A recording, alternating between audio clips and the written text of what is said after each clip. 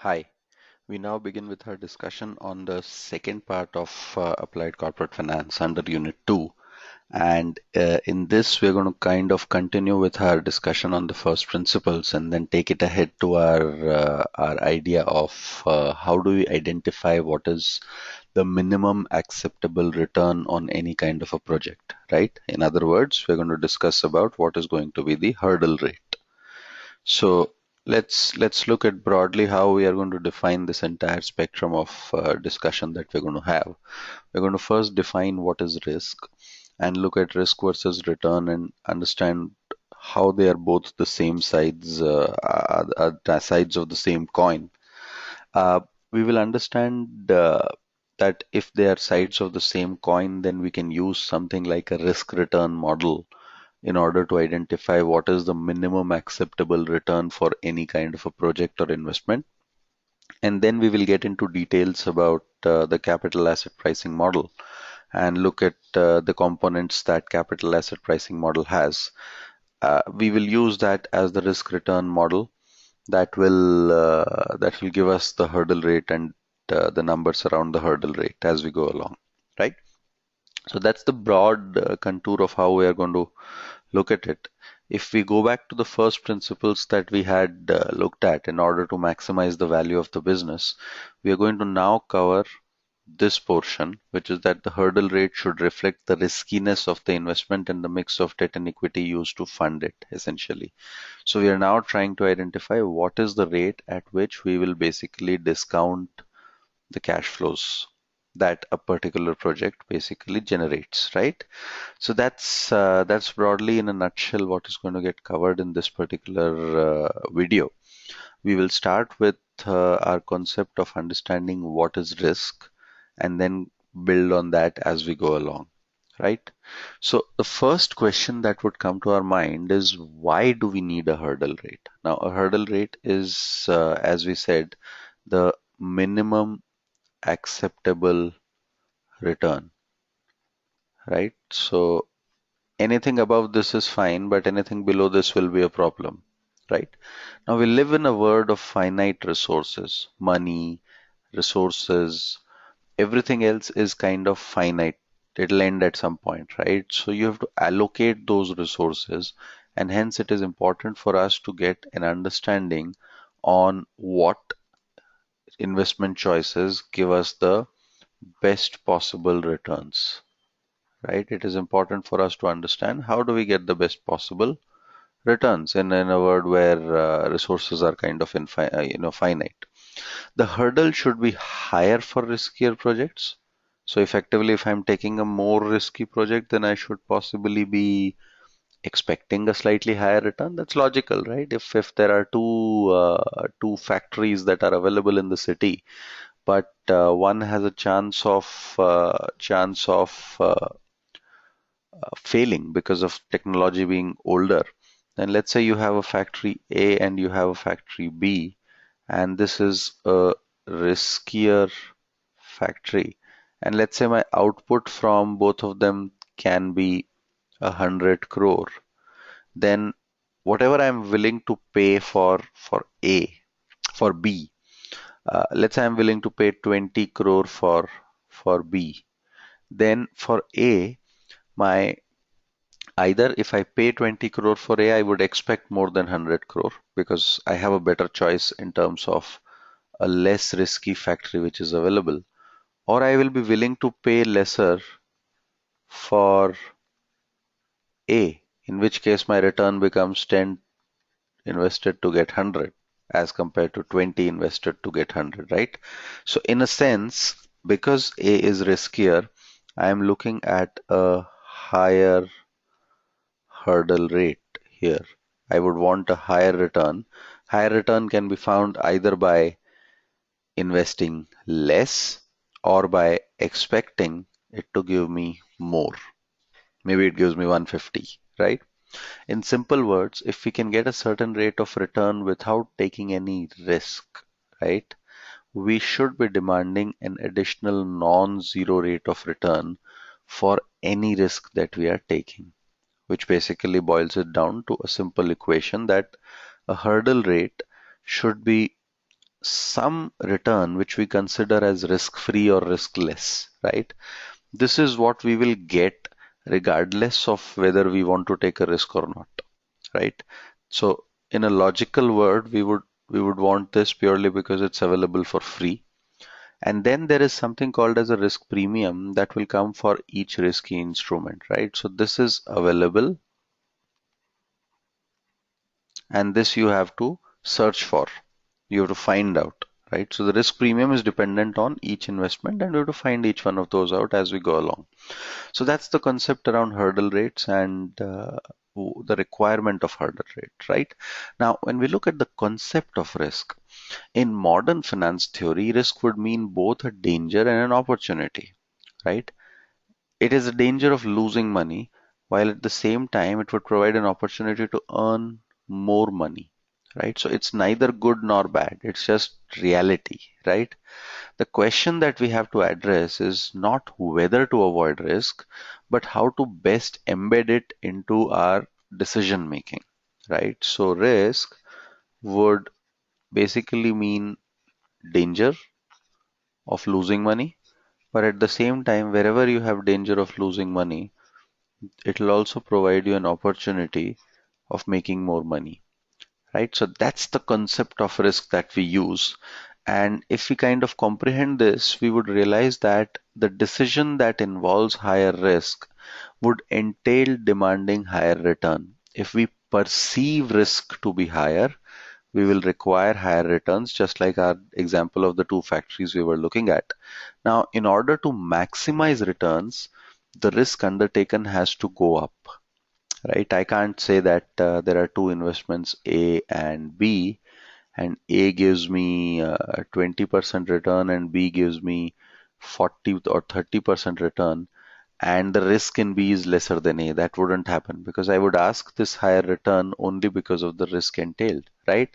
If you remember, we had discussed this under debt as well, that if you were to give loan to a random individual, and let's say you were to give loan to a very wealthy individual, right? Let's say Mr. Ambani, right?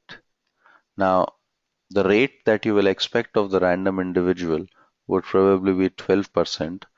The rate of return that you'll expect with Mr. Ambani is probably going to be 8%. That's because the risk is less here, right? And this here, the risk would be higher with any random individual. The paying capacity is lower within a random individual, right? So for all practical purposes, because of that, you're expecting a higher return, right? Risk and returns are thus two sides of the same coin in finance, and they would go hand in hand. It will rarely be the case that you get an investment where risk is less and it gives you a higher return, right? So that's always going to be an important yardstick when you're comparing risk and return. Now, the next question is, how do you define risk, right? So how do you say that investment A has more risk as compared to investment B? A risk in traditional finance is any unexpected outcome. So if you expect an outcome, anything away from that is a risk. Any deviation from the expected outcome, right, is considered risk. So essentially, it could be downside risk or it could be upside risk as well. So you're expecting to kind of get 20. If you get 10, that's a risk. If you get 30, that's a risk. So anything that is away from your expected outcome is considered a risk. More is a risk, less is a risk, right? Thereby, because you have defined it that there is going to be a risk on either side, and it in a sense is deviation away from the expected return. Thus, variance and standard deviation, which are basically statistical measures, would become very good measures of risk, would become the very important and prominent measures of risk, and they're statistical measures of risk, right? Higher risk would thus mean that higher variance around the mean or expected return, right? So if I expect a return of 20% and the risk is higher, then it can go significantly below or above 20%. If the risk is lower, it will go lesser around 20%. I expect it to move lesser in terms of variability, right? Think of it this way. You expect, let's say, 40 centimeter of rain every year.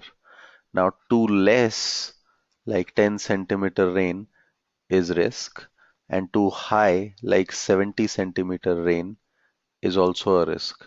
So you're basically plotting that your expected outcome is 40, and anything below or above that is going to be a sort of a risk for you, right?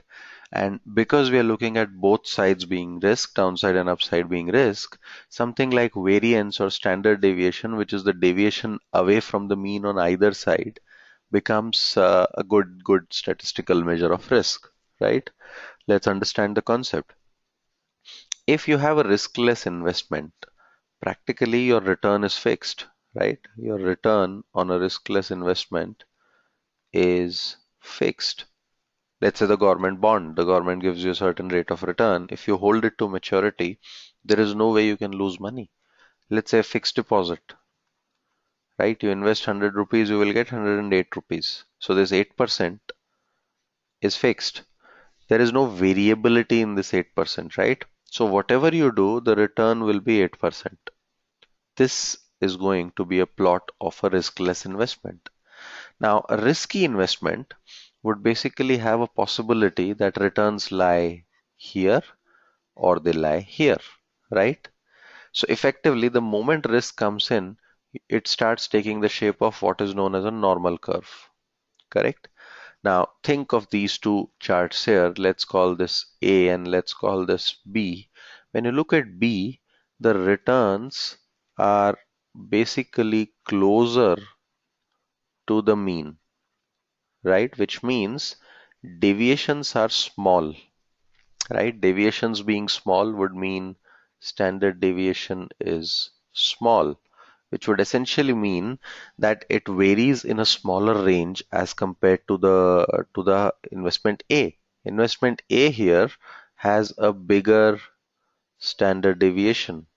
Why? Is because it varies a lot more on either direction. The expected outcome is the same in both the cases, but the observed outcomes could be significantly broader in the case of A, right? So, for example, you expect a stock to move, let's say 0% in a day. A stock like a company like Unitech or JP Associate, you will see these stocks vary a lot. They could either be minus 10% on a day or they could be plus 10% on a day, right? If you expect 0% from another stock like Infosys as well, Infosys does not show these kind of movements on a day-to-day basis. Infosys shows this very, very rarely. So anything where standard deviation is smaller is less risky. Anything where standard deviation is bigger is considered more risky because it gives you a wider possibility of outcomes, wider range of outcomes that come there, right? That's the concept of risk we are looking at. Now, assume that you have a portfolio where you have only the stock of Tata Steel in your portfolio. Now, what happens if steel prices go up? If steel prices go up, Tata Steel, the stock price should go up. If steel prices go down, Tata Steel stock price should go down. Basically, your portfolio will depend primarily on what's happening to the steel price, and that's going to define whether you make money or you don't make money. Now, let's say you add the stock of Maruti to your portfolio. Now, Maruti uses steel as input, right? So if steel prices go down, Maruti, the cost goes down for Maruti. The cost of the car goes down and they make more money per car. They can make more profits, right? So logically, if steel prices go up, that's bad for Maruti. Steel prices go down, that's good for Maruti. So it's exactly the opposite of what we saw with Tata Steel is what is going to happen with Maruti. Thereby, they will effectively neutralize the impact of each other in the portfolio, right? You get the point. So essentially, if we use two investments, that are basically moving in opposite directions based on a certain outcome, then we would have successfully reduced the risk of the portfolio. Addition of seemingly different investments or stocks to the portfolio would have reduced the risk in the portfolio, and this process is known as diversification, right? So if you keep adding more and more stocks to the portfolio, what will happen is on average, some decision or some movement will affect one stock, but on average, there will be a reduction of overall risk because what will be bad for one stock would be probably good for another stock, right? That's an important understanding. Now let's assume we try and extend this logic and say we have a portfolio which is entirely invested into GMR infrastructure. So that's our portfolio, right? GMR infrastructure is an infra company in India. If that is our portfolio, do we face firm specific risk? What happens if something goes wrong in execution plans of GMR infra? Correct? Do we see industry risk? Yes, we do. And do we see market risk? Yes, we do that as well, right? So anything that can affect India as a market or equities as a market will impact here. Anything that can affect infrastructure as a segment will impact here. And anything that can affect the company will also impact here, right? Now let's say we add to our portfolio all infrastructure stocks. So we keep adding infrastructure stocks after infrastructure stocks and we add all infrastructure stocks. Now, what might be bad for one firm may actually be good for another. Let's say there is a project that is coming out for building an airport. If GMR loses that project, someone else will get it, right? So what goes wrong for one firm becomes good for another one, and so you have eliminated the firm specific risk. Does industry risk remain? It does. It does. So if interest rates go up, for example, that is bad for both the all the companies under infrastructure segment, right? If Indian economy slows down, that is bad for all the companies under the infrastructure segment. So market risk cannot be diversified away, right? Here. Now let's say you extend this portfolio and you add all other stocks as well. So all sectors, all kinds of stocks are now available and they are put in the portfolio. Is there a firm specific risk? No. Is there an industry specific risk now? No. If interest rates go up in one, it affects one segment, but it will give more money to, let's say, a bank, essentially, or some other source of income will get generated for some other sectors, right? So if steel prices go up, steel companies may not do well. Uh, Infrastructure firms use a lot of cement, for example. So if cement prices go up, then that's bad for infrastructure, but that's good for the cement sector. So industry risk is also have gone away now, right? The market specific risk still remains. The risk of investing in equity still remains. On economic grounds, what we realize is diversifying and holding a larger portfolio eliminates firm specific risk and industry specific risk from the portfolio. And what are the reasons? Each investment is now much smaller percentage of the portfolio, muting the effect, the overall negative effect, the possible positive or negative effect on the overall portfolio. If my portfolio was entirely comprising of GMR Infra or Tata Steel, a 20% dip would hammer my portfolio big time, right? But if it has like 2% or 1% in GMR Infra, then a 20% dip is not going to impact it as badly. Second, firm-specific actions can either be positive or negative. In large portfolio, this effect will average out to zero because some firms will do well. For every firm where something bad happens, there'll be another firm where something good happens, right? So effectively, this diversification process would have reduced the risk significantly, correct? Now, if you extend this, then essentially we have said that we can take risk. We can reduce that risk in the context of adding more assets or stocks or securities to the portfolio by the process of diversification. Now, why is that important? Is because only certain kind of risk gets paid for. You don't get paid for taking unnecessary risk, right? So effectively, that's what is avoidable risk has to be avoided, and that's the premise in investment. That's the premise in corporate finance, right? So let's now move ahead and understand what could be a good risk return framework. Because if we can identify a good risk return framework, then once we zero down on the risk that is inherent in an investment, we should be able to kind of come up with what is the return we should demand from that. What is the expected hurdle rate from that, right? So a good risk return framework should outline what risks are rewarded and what are not. It should incorporate a measure of risk that applies to all assets and not just one particular class of asset or one kind of a stock.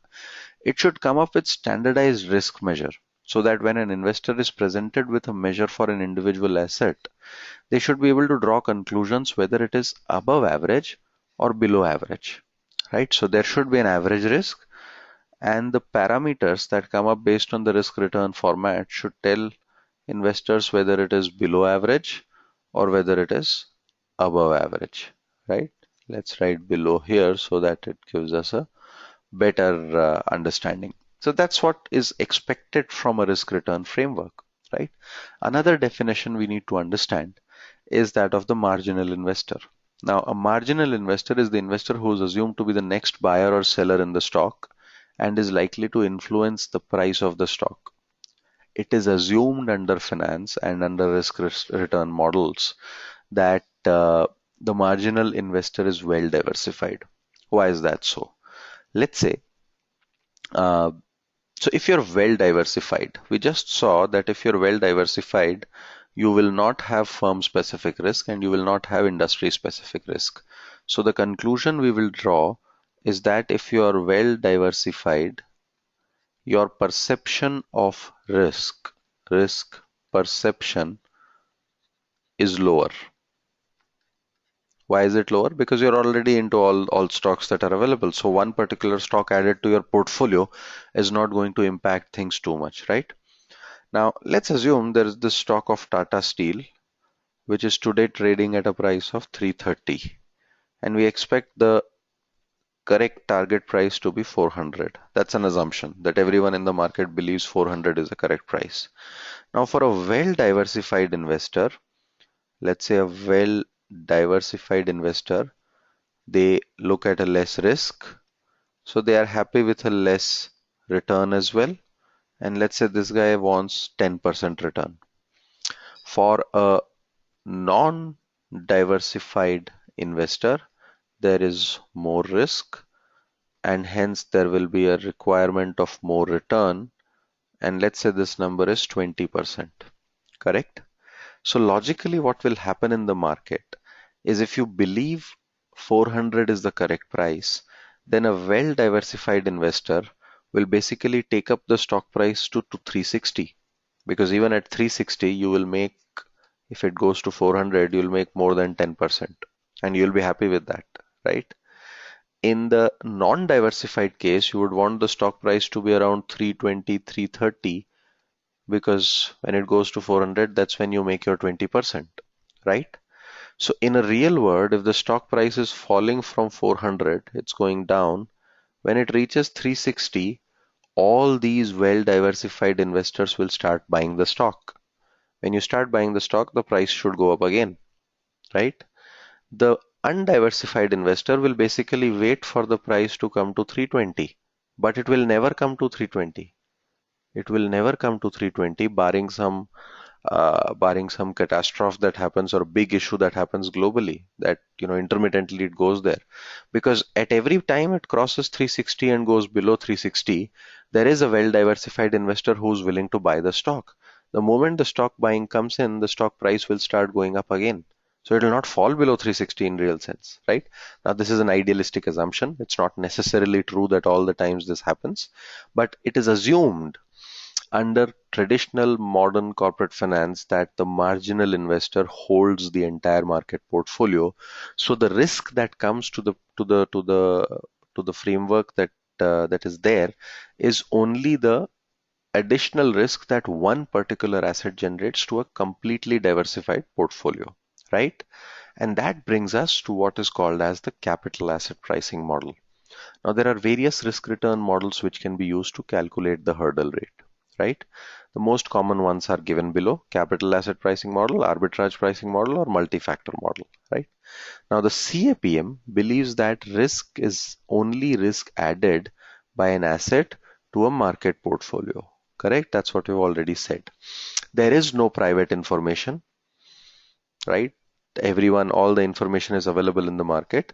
So essentially, the market risk is nothing but the risk added by any investment to the market portfolio. We'll elaborate this as we go along. Under arbitrage pricing model, so here each investment will have a unique risk, and we will call that risk something called as beta, right? We'll call that as something called as beta.